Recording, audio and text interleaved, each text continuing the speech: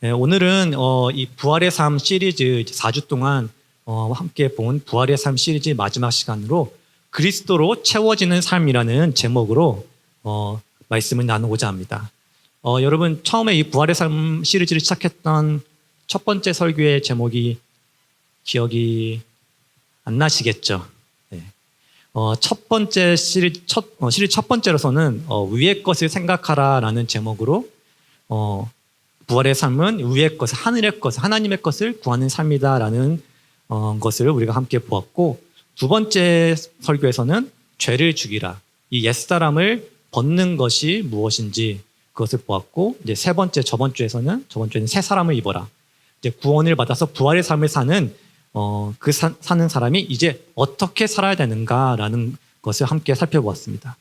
그래서 오늘 본문은 이 사도 바울이 골로새서 이제 3장을 시작하면서 이 3장을 시작할 때 그러므로 너희가 그리스도와 함께 살리심을 받았으면 이라는 이 문구로 시작한 이 그리스도와 함께 다시 살리심을 받은 자들이 이 살아야 되는, 어떻게 살아야 되는 그 모습의 어떻게 보면 그 조그마한 섹션의 마지막입니다. 오늘 본문 이후에도 사도 바울이 이 부활의 삶에 대해서 어떠한 모습으로 살아가야 될지에 대해서 계속 이야기를 하지만 오늘 본문으로서 이 사도 바울이 이 부활의 삶에 대해서 전하고자 하는, 이 강조하고자 하는 그 중심적인 핵심적인 메시지를 마무리합니다. 그래서 오늘 본문을 볼 때 사도 바울이 이 편지를 받았을 골로새 교회 교인들과 또 지금 우리에게도 이 세 가지 명령을 하는 것을 볼 수 있는데요. 이 세 가지 명령은 이 부활의 삶을 사는 우리의 삶 가운데 궁극적으로 드러나야 될, 나타내야 할 모습들을 보여주고 있습니다. 그래서 그 세 가지는 이렇게 정리할 수 있는데요. 그리스도의 평강, 그리스도의 말씀, 그리고 그리스도의 이름입니다. 이 세 가지가 부활의 삶을 사는, 그리스도와 함께 살리심을 받은 우리의 삶 가운데 드러나야 된다는 것입니다. 그래서 이 세 가지를 함께 살펴보는 가운데 우리가 우리 모두가 이 부활의 삶을 사는 그 은혜를, 그 삶이 주는 그 베네핏으로 우리가 채워질 수 있도록 그런 시간이 되기를 간절히 소원합니다. 첫 번째로 우리가 함께 볼 것은 부활의 삶은 그리스도의 평강으로 사는 것이다. 부활의 삶은 그리스도의 평강으로 사는 것이다. 오늘 보면 15절을 함께 다시 한번 읽어볼게요. 시작. 그리스도의 평강이 너희 마음을 주장하게 하라. 너희는 평강을 위하여 한 몸으로 부르심을 받았나니 너희는 또한 감사하는 자가 되라. 자, 우리가 이 구절을 한번 좀 깊게 한번 살펴볼게요. 한번 하나 조금씩 이렇게 브레이크다운 하면서 살펴볼게요. 먼저 사도 바울은 우리에게 명령을 하는데 그리스도의 평강이 너희 마음을 주장하게 하라. 이것은 명령이에요. 이 평강이란 단어는 사전적인 의미로는 걱정이나 탈이 없이 편안하고 건강한 상태를 의미합니다.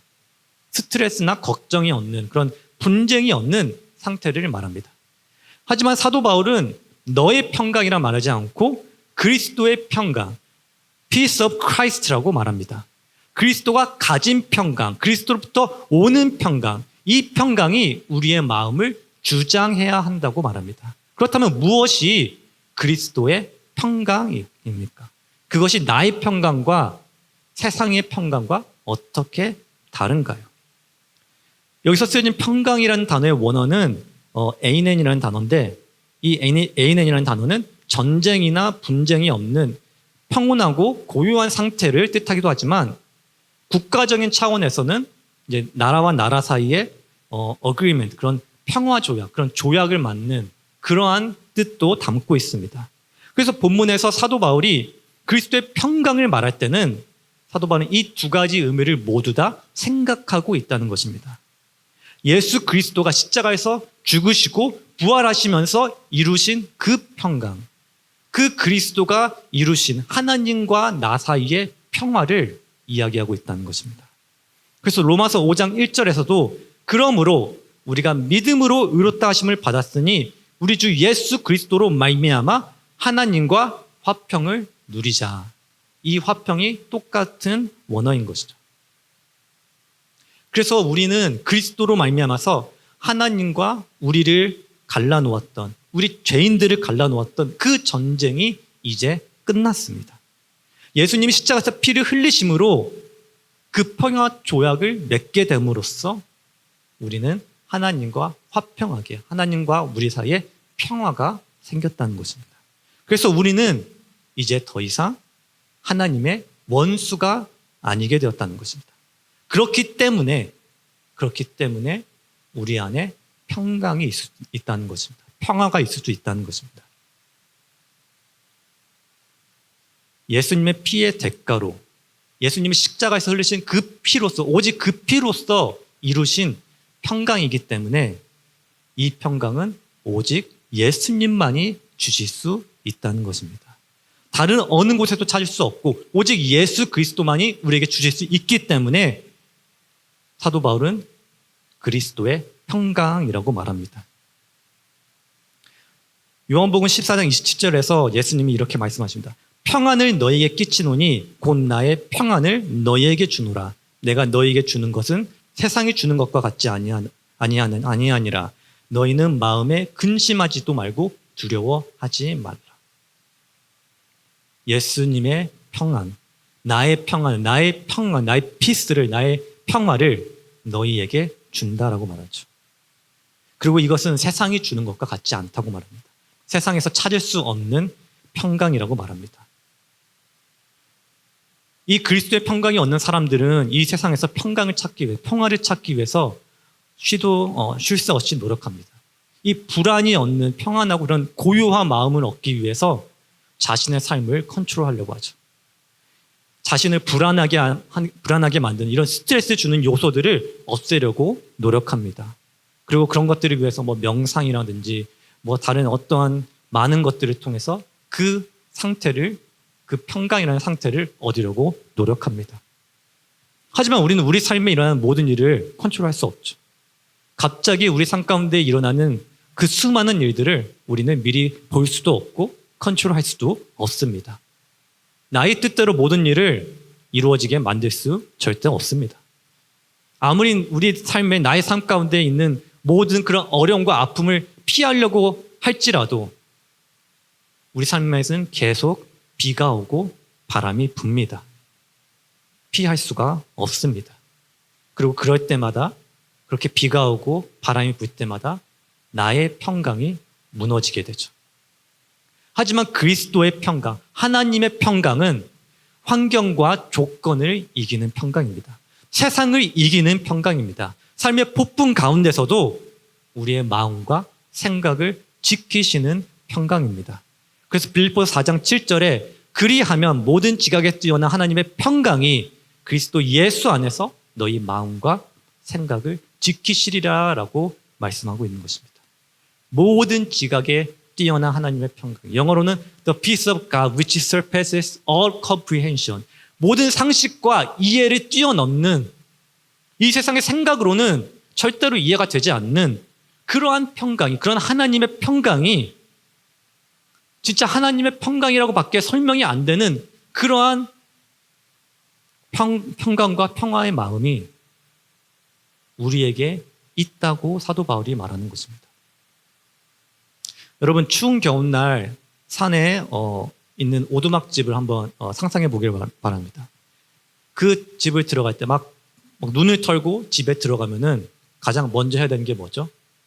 그 추운 집 안에서 난로에 불을 켜는 거죠. 그리고 그 난로에 불을 킨 순간 추위가 단번에 사라지진 않지만 그 난로가 계속 탐으로써, 시간이 지남으로써 서서히 온기가 집안 구석구석에 퍼져가죠. 그리스도의 평화가 믿는 자 안에서, 우리 안에서 역사하는 것도 이와 같습니다. 이 평화가 언제나 삶의 그런 폭풍을 즉시 잠잠하게 하진 않습니다. 아직 집 밖에는 눈보라가 치고 있고 아직 밖에서는 추위가 들어오고 있습니다. 하지만 이 평화가, 이 그리스도의 평강이 우리 삶의 중심에서 타오르고 있을 때 그 온기가 모든 차가움을 밀어낸다는 것이죠. 그래서 종교개혁자 마르틴 부처는 이렇게 말했습니다. 그리스도의 평안은 세상을 피함으로 얻어지는 것이 아니라 세상 속에 머물면서 그리스도를 마음에 모심으로 얻는 것이다. 여러분, 그리스도의 평강은 단순히 내 마음이 고요한 상태가 아닙니다. 마음 중심에서 시작돼서 우리 삶의 모든 영역으로 퍼져나가는 그러한 능동적인 온기, 그렇게 액티브하게 우리 삶 가운데 일하는 하나님의 능력입니다. 사도 바울은 이 평강이 너희 마음을, 나의 마음을 주장하게 하라고 말합니다. 여기서 주장하게라고 번역된 단어는 영어 성경에서는 let it rule, 다스리게 하라고, 통치하게 하라고 번역합니다. 이 단어는 신약 성경에서는 여기에서만 사용된 조금 유니크한 단어인데, 원래는 운동 경기에서 심판이 판정을 내리는 그러한 행위를 묘사할 때 쓰여진 단어입니다. 즉 그리스도의 평강이 믿는 자의 마음에서 심판 혹은 판정자의 역할을 하라는 말입니다. 즉 그리스도의 평강이 우리가 내리는 결정들을 인도해주고 판단하는 그 기준을 만든다라는 뜻입니다. 예를 들면 이렇습니다. 우리가 지금 다저스가 지금 월드 시리즈에 올라갔죠. 야구 경기를 만약 그 경기를 한번 생각해 보시죠. 선수들이 그 경기를 하다 보면은 판정을 두고 다투기도 하고 언성을 높이기도 하죠. 긴장하기도 하죠. 언성이 높아질 때가 있습니다. 서로 이것이 아웃이다, 막 세이프다라고 외치죠. 그럴 때 그 상황이 어떻게 정리가 되나요? 그런 운동 경기에서, 그런 야구 경기에서 심판이 그거를 세이프 혹은 아웃이라고 선언하면은 그 논쟁은 끝납니다. 왜냐하면 심판이 그러한 권위가 있기 때문에. 심판의 권위가 그러한 것들을, 그러한 논쟁을, 그런 일들을, 상황들을 끝내는 역할이기 때문입니다. 어느 목사님이 끊임없이 다투는 한 부부를 상담했다고 합니다. 그 부부들은 사소한 결정 하나에도 의견이 엇갈렸고 대화는 곧 논쟁으로 번졌다고 합니다. 식탁에서 무슨 음식을 먹을지, 주말에 어디 갈지를 정할 때도 서로 양보하지 않고 그것이 다툼으로 번졌다고 합니다. 서로의 말을 듣기보다는 자신의 입장이 맞다는 것, 자신의 의견이 옳다는 것을 증명하려고 애썼다고 합니다. 그때 목사님은 잠시 그 부부의 말을 듣더니 조용히 이렇게 말했다고 합니다. 여러분의 문제는 여러분의 의견이 다른 것이 아닙니다. 여러분의 문제는 두 사람 모두 심판이 되길 원한다는 것입니다. 여러분, 내가 내 삶에 있는 모든 문제에서, 그런 결정들에서 내가 맞았는지 틀렸는지를 끝까지 판정하려고 한다면, 내가 그 모든 것에 심판이 되려고 한다면 나는 결국 그리스도께서 다스리실 자리를 빼앗고 있다는 것입니다. 그리스도의 평화가, 그리스도의 평강이 내 삶의 기준이 되도록, 다스리도록, 판정하도록 나는 내가 옳다고 주장하려는 그 마음을 내려놓아야 한다는 것입니다. 그리스도의 평강은 단순히 다툼이 없는 상태를 말하는 것이 아닙니다. 그냥 내 마음이 어떠한 모든 어려움들이 사라져서 그냥 고요한 상태를 말하는 것이 아닙니다. 오히려 내 삶 가운데, 내 삶의, 내 마음의 밖에서, 내 삶에 일어난 일들로 인해서 그런 긴장감이 오고, 그런 텐션이 있고, 그런 어려운 마음이 들어올 때, 나의 판정을 멈추게 하고, 예수 그리스도의 권위와 평강이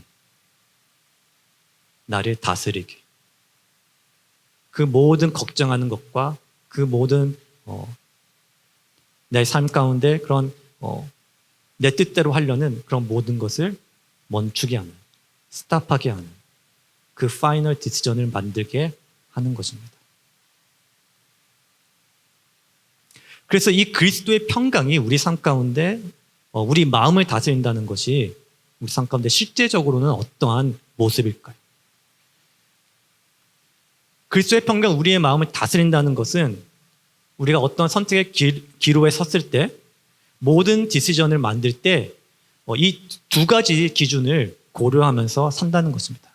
첫째는 지금 내가 만드는 이 선택이 지금 내가 그리스도와 화목하게 되어 하나님과 한편에 서 있다는 이 사실과 일치하는가. 즉 지금 이 결정이 내가 하나님과 연합되어 있는 이 상태를 유지시키는가 아니면 깨트리는가. 그거를 점검한다는 것입니다. 이것을 잘 보여주는 예가 고린도전서 6장 17절부터 18절의 말씀입니다. 고린도전서 6장 17절 보면은 주와 합하는 자는 한 영이라, 그리고 18절에 이어서 음행을 피하라라고 말합니다. 즉 내가 그리스도가 이루신 그 평강으로 인해서 이제 내가 주님과 하나가 된 이 존재라는 사실이 내가 음행을 저지르는, 내 욕심에 따라 죄를 저지르는 또는 저지르지 않는 기준이 된다는 것입니다. 이 연합을 지키기 위해서 나는 기꺼이 내 욕심이 가는 대로 행동하지 않겠다라는 것입니다. 두 번째는 이 선택이 내 마음속에 깊고 지속적인 평화를 남기는가를 살펴보라는 것입니다. 여러분, 그리스도가 예수님이 십자가로 평화를 이루신 후에 모든 믿는 자들에게 보내주신 분이 있습니다. 바로 성령님이죠. 우리 안에 하나님의 영을 주셨습니다. 그리고 그 성령님은 인격적인 분이십니다. 성령님이 기뻐하시고 싫어하시는 것이 있으시다는 거예요. 우리가 주님의 뜻을 떠나, 하나님의 뜻을 떠나 내 맘대로, 내 욕심대로 내 뜻 따라 사는 것을 성령님은 싫어하시고 불편해하십니다. 그래서 그것이 우리 안에 불편함으로 나타나는 것입니다. 죄가 우리를 화목하게 하신 예수님을 거스르시고 결국 마음속에 그런 쉼과 그런 안정감을 산산이 깨트리기 때문에 이 두 가지, 이 그리스도와의 연합과 또 그리고 깊고 지속적인 이 평강을 위한 선택을 하면서 사는 삶이 그리스도의 평강이 다스리는 믿는 자의 모습이라는 것입니다. 그리고 바울은 더 나아가서 이 평강이 단순히 나만을 위한 것이 아니라고 합니다. 15절 계속해서 보면은 너희는 평강을 위하여 한 몸으로 부르심을 받았나니 라고 말하고 있습니다. 그리스도의 평강이 나 그냥 개인을 위한 것뿐만 아니라 교회를 위한 것이라고도 말합니다. 이 평강을 위해서 우리를 한 몸으로, 한 교회로 부르셨다고 말합니다. 즉 이 말은 내 안에 이 그리스도의 평강이 있을 때, 이 진정한 평강이 있을 때 우리 공동체의 다른 사람들과도 진정한 하나됨이 있다는 것입니다. 그리고 15절을 마무리하면서 사도 바울은 너희는 또한 감사하는 자가 되라고 명령합니다. 평강과 감사의 연관성이 있다는 것입니다. 여러분, 평안한 마음, 이 평강을 유지하기 위해서는 반드시 우리는 감사가 필요합니다. 일반적으로 평화가 없다는 것은, 평화가 우리 마음 가운데 결핍되었다는 것은 자기 중심적인 마음이나 현재 상황에 대한 그 불만에서부터 시작이 됩니다. 즉 내가 지금 있는 이 상황이 마음에 들지 않을 때, 불만이 있을 때 우리는 우리 마음에는 평강이 없게 되죠. 그러나 감사는 하나님께서 행하신 모든 일에 대한 자연스러운 믿음의 반응입니다. 모든 것이 그리스도 안에서 이미 주어졌음을 깨닫는 사람들이 감사한다는 거죠. 그래서 감사가 내 마음을 지배할 때 내 안에 악이나 쓰라림이 없다는 것입니다. 그것이 차지할 공간이 없다는 것입니다. 17세기 청교도 목사이신 매튜 헨리는 어느 날 도둑을 만나 소매치기를 당했습니다. 그날 저녁에 이 매튜 헨리 목사님은 일기장에 이렇게 기록했다고 합니다. 감사해야 할 이유를 생각해보자. 첫째, 나는 지금까지 한 번도 도둑을 만난 적이 없었다. 둘째, 그들이 내 지갑은 가져갔지만 내 생명은 가져가지 않았다. 셋째, 그들이 내 가진 것을 모두 가져갔지만 그것이 많지는 않았다. 넷째, 내가 도둑질한 사람이 아니라 도둑을 만난 사람이라는 것에 감사한다. 여러분, 감사는 아픔을 무시하지 않고 오히려 상실 속에서도 하나님의 은혜를 보는 눈입니다. 그래서 복음이 우리의 마음을 다스릴 때 감사는 우리가 노력해서 하는 그런 반응이 아니라 본능이 된다는 것입니다. 두 번째로 사도 바울은 부활의 삶은 그리스도의 말씀으로 사는 것이라고 말합니다. 오늘 보면 16절 함께 다시 한번 읽어볼까요? 시작. 그리스도의 말씀이 너희 속에 풍성히 거하여 모든 지혜로 피차 가르치며 권면하고 시와 찬송과 신령한 노래를 부르며 감사하는 마음으로 하나님을 찬양하고. 그리스도의 말씀은 예수 그리스도가 이 세상에 가져오신 말씀, 곧 성경을 가리킵니다. 우리가 지금까지 함께 살펴본 이 평강과 감사, 그리고 또 연합과 사랑, 그 밖에 모든 성품들은 말씀이 우리를 다스릴 때 우리의 마음에서 흘러나옵니다. 그렇다면 이 말씀이, 이 성경이 우리 안에 풍성히 거한다는 것은 어떤 의미를 가지고 있을까요? 이 거하다라고 번역된 헬라어는 안에 사다 또는 자신의 집처럼 머물다라는 뜻을 가지고 있습니다. 말씀이 우리 삶 속에 자리를 잡아서 우리 집에 거하는 것처럼 있는 것을 의미하는 거죠. 또한 풍성이는 풍부하게 혹은 넘치도록 풍성하게라고 번역할 수 있습니다. 즉 성경의 진리가, 성경의 말씀이 우리 삶의 모든 영역에 스며들어서 우리의 생각과 우리의 말과 우리의 행동 하나하나를 다 다스린다는 의미입니다. 이런 예화가 있습니다. 북아프리카의 한 선교사가 어느 날 한 믿는 사람을 만났다고 합니다.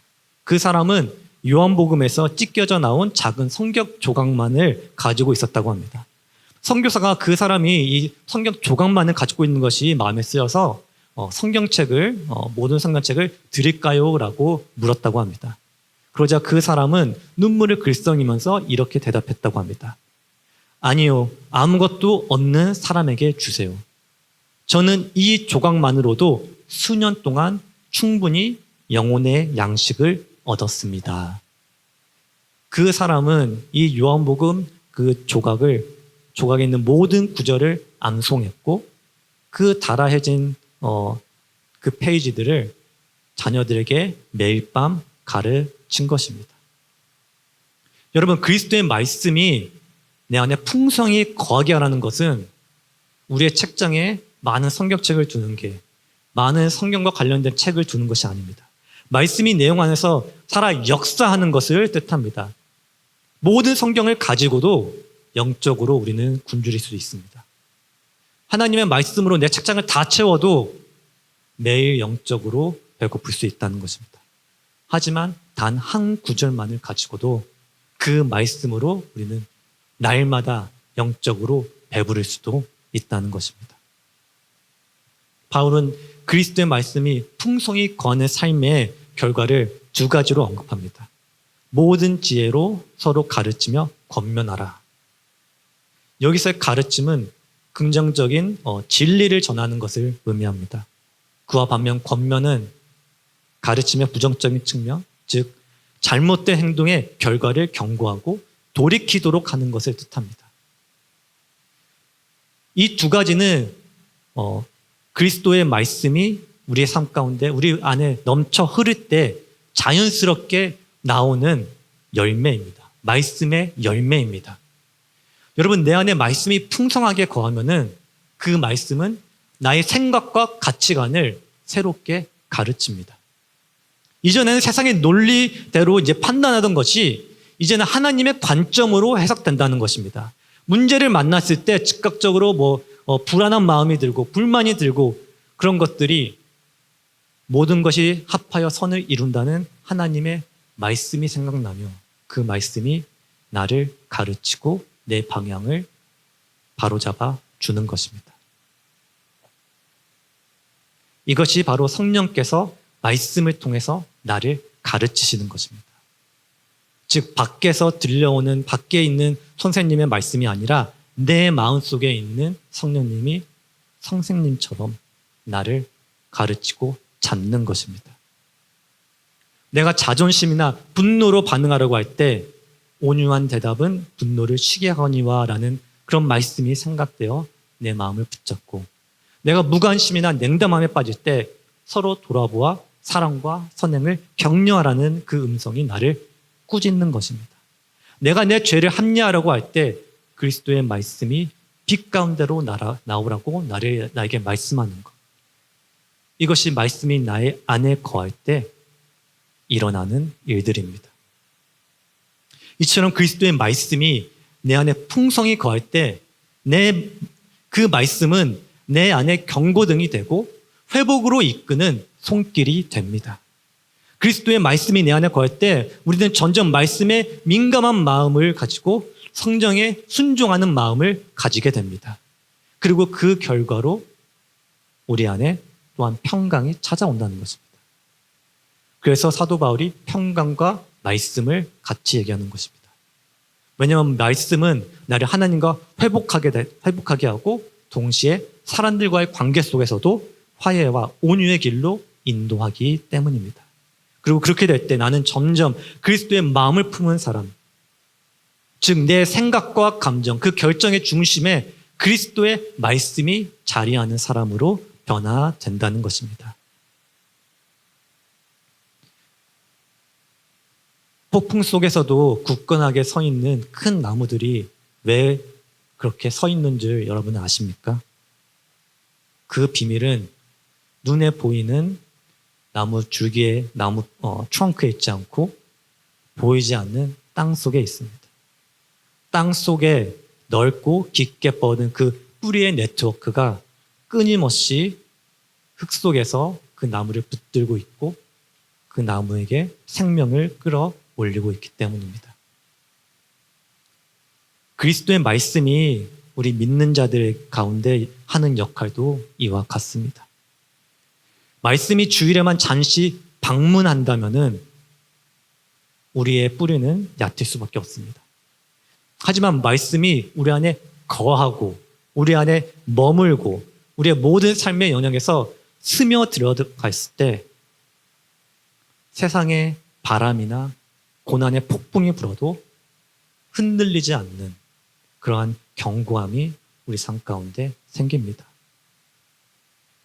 그래서 종교개혁자 존 칼빈은 이렇게 말했습니다. 그리스도의 말씀은 하룻밤 대접해야 할 손님이 아니라 우리 안에 거하고 다스리기 위해 오신 주인이시다.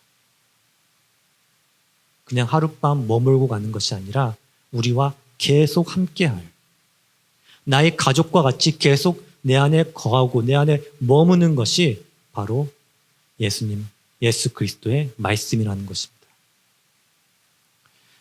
여러분, 집에 친구가 오면은 아무리 친한 친구여도 그 친구가 계속 있는 것은 이상하죠. 하루 이틀 정도는 괜찮아도 그 친구가 1년, 2년, 10년, 20년 있는 것은 이상합니다. 친구는 잠시 집에 있다가 가는 게 맞죠. 하지만 가족은 다르죠.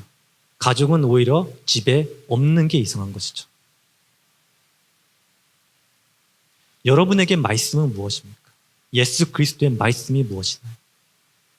여러분을 잠시 방문하고 떠나는, 주일에만 방문하고 떠나는, 하루 이틀만 머물고 가는, 일주일에 한 번 우리 집에 들어왔다 나가는 그러한 친구입니까?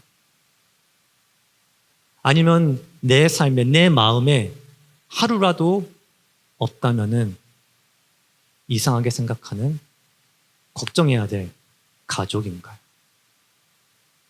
말씀은 우리의 가족이 되어야 합니다.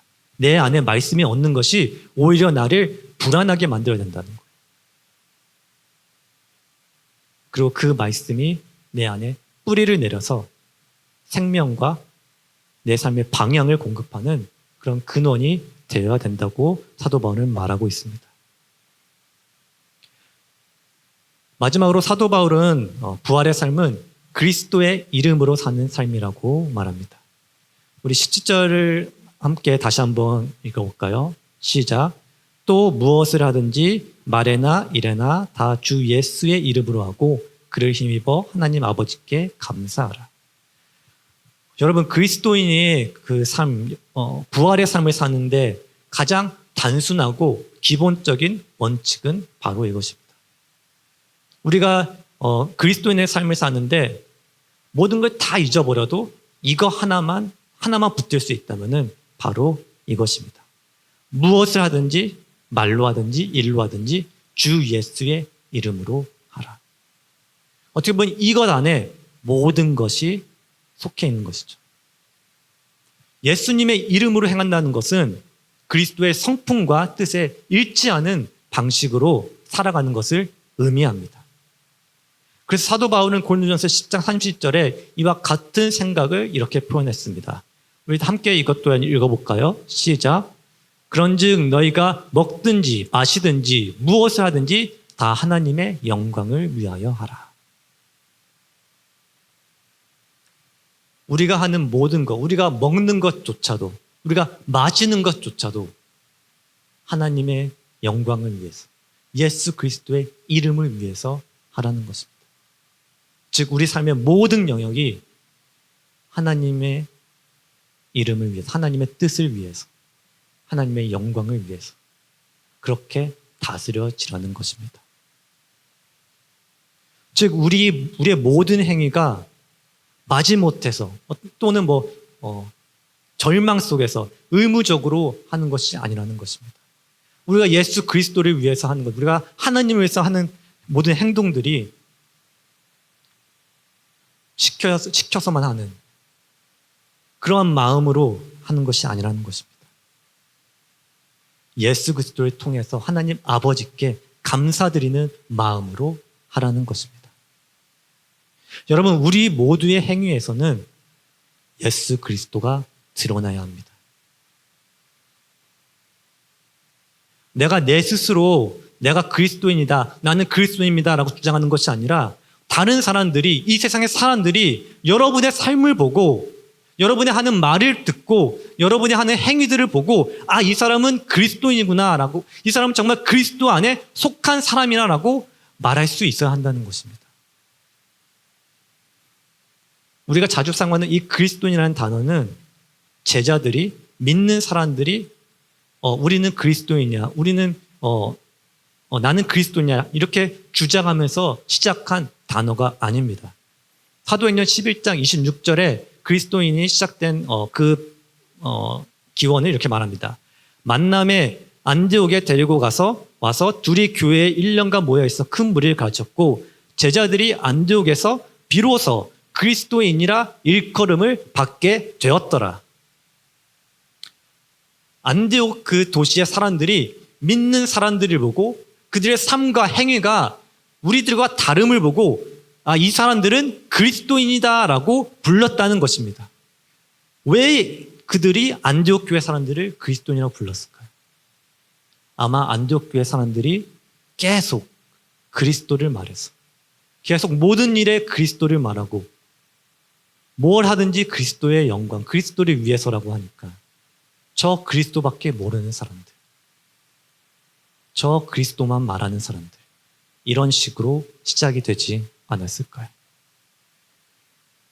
여러분, 한국에도 이러한 이것과 비슷한 단어가 있었습니다. 그리스도인을 뜻하는 말하는 단어였죠. 바로 예수쟁이. 무엇을 하든지 예수님 말하는, 계속 예수님을 만하고 예수님을 위해서 살기 때문에 뭘 하든지 다 예수님이기 때문에 이러한 예수쟁이들, 이러한 말이 예전에 한국에서는 그리스도인을 일컫는 단어였습니다. 여러분은 무엇으로 불리고 있나요? 여러분 스스로 그리스도인이라고 자칭하는 것이 아니라 세상의 사람들이 여러분을 보면서 무엇이라고 부르고 있나요? 세상의 사람들이 여러분을 보면서 아, 너는 나랑 똑같은 세상 사람이다. 너는 나랑 똑같이 세상을 위해서 살고 있는, 즐기고 있는 그런 나와 같은 동지다라고 말하고 있나요? 아니면 세상 사람들이 여러분을 보면서 예수쟁이라고, 예수님밖에 모르는 그러한 사람이라고 부르고 있나요?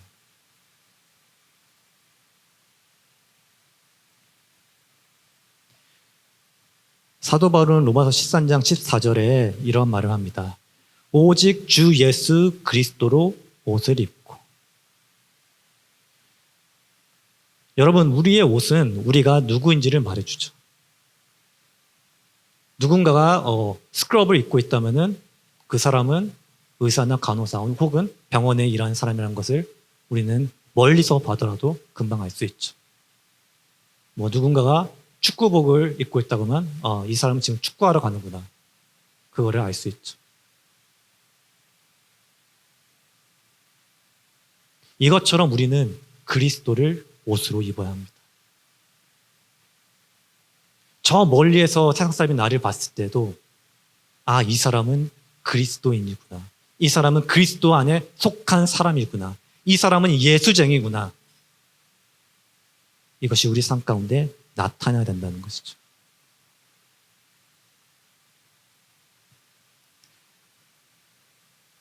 그래서 여러분들에게 묻고 싶습니다. 여러분은 이러한 삶을 살고 있나요? 여러분은 그리스도가 드러나는, 그리스도를 옷으로 입고 있는 삶을 살고 있나요?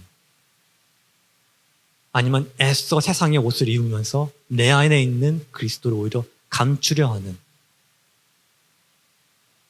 내가 그리스도인 것이 티날까봐 두려워하면서 세상의 옷으로 변장하며 살고 있는 그러한 삶을 살고 있나요?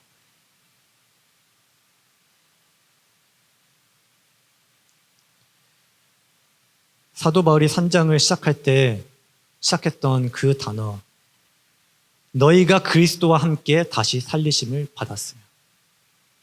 여러분이 그리스도와 함께 다시 살리심을 받았다면, 여러분이 내가 정말 구원을 받았다고, 내가 예수님과 함께 다시 살아났음을 내가 믿는다면은 당당하게 그리스도의 옷을 입고 내 안에나 겉에나 그리스도가 드러나는 그러한 삶을 살기를 원합니다. 이것이 바로 부활의 삶입니다.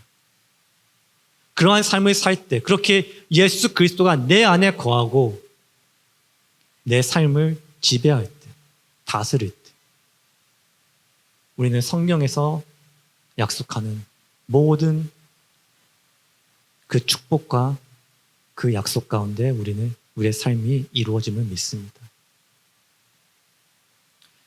예수님의 제자들이 예수님과 함께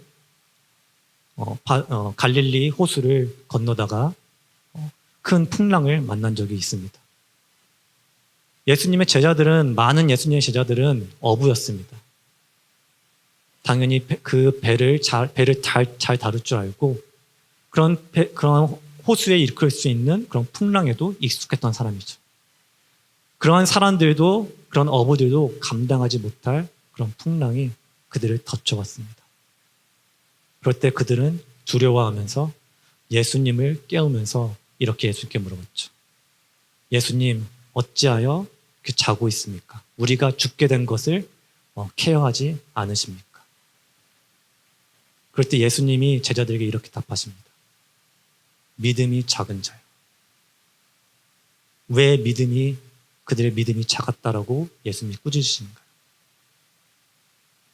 그 배 안에 예수님이 있는데, 그 배 안에 세상의 모든 것을 다스리시는, 말씀 하나로 다스리실 수 있는 예수님이 있는데, 그럼에도 죽을까봐 걱정했다는 것입니다. 그 믿음이 없음을 꾸짖으셨습니다. 우리의 삶에도 많을 때 우리는 그렇게 믿음 없는 자가 되곤 합니다. 내 삶 가운데 내가 어떻게 할 수 없는 그 폭풍이 몰려올 때 우리는 걱정하고 예수님께 찾아가 불평하고 예수님을 어떻게 보면 컴플레인하고 꾸짖기도 하죠. 왜 나를 살려주지 않냐? 왜 지금 이러한 폭풍이 내 삶 가운데 일어나야 하냐고. 하지만 예수님이 나의 삶 가운데 계시다면, 예수 그리스도의 평강이 내 안에 있다면, 내가 그리스도와 함께 살리신 바가 되어서 그리스도와 연합한 그 자가, 그 사람이 되었다면, 모든 세상의 모든 풍랑과 모든 폭풍을 말씀 하나로 잠재우신 하나님의 그 인도하심과 그 능력이 내 삶 가운데 있다는 것입니다.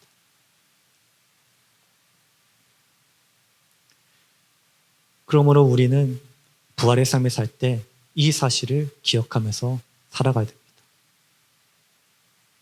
됩니다. 나는 죽었고 나는 그리스도와 함께 살아났다. 그러므로 내 안에는 예수 그리스도가 살아계시다. 세상의 어떤 풍랑과 폭풍도 예수님을 이길 수가 없다. 그렇기 때문에 그 어떤 것도 두려워하지 말고 오직 예수님이 나의 평강을 다스리시고 나의 마음을 다스리시고 그 말씀이 내 안에 살아 역사하게 되어 그 부활에 합당한 삶을 살아가는 그 예수 그리스도의 모습으로, 그 예수 쟁의의 모습으로 살아가야 한다는 것입니다. 이런 삶을 살아가는 우리 모든 예언공동체가 되길 원합니다. 혹 지금 내가 그 평강이 내 안에 내가 그 평강을 모른다면은, 오직 주님이 주신 그 평강을 모른다면은 그 평강을 구하길 바랍니다. 내가 예수님이 내 안에 살아 역사하시기를 구하길 바랍니다.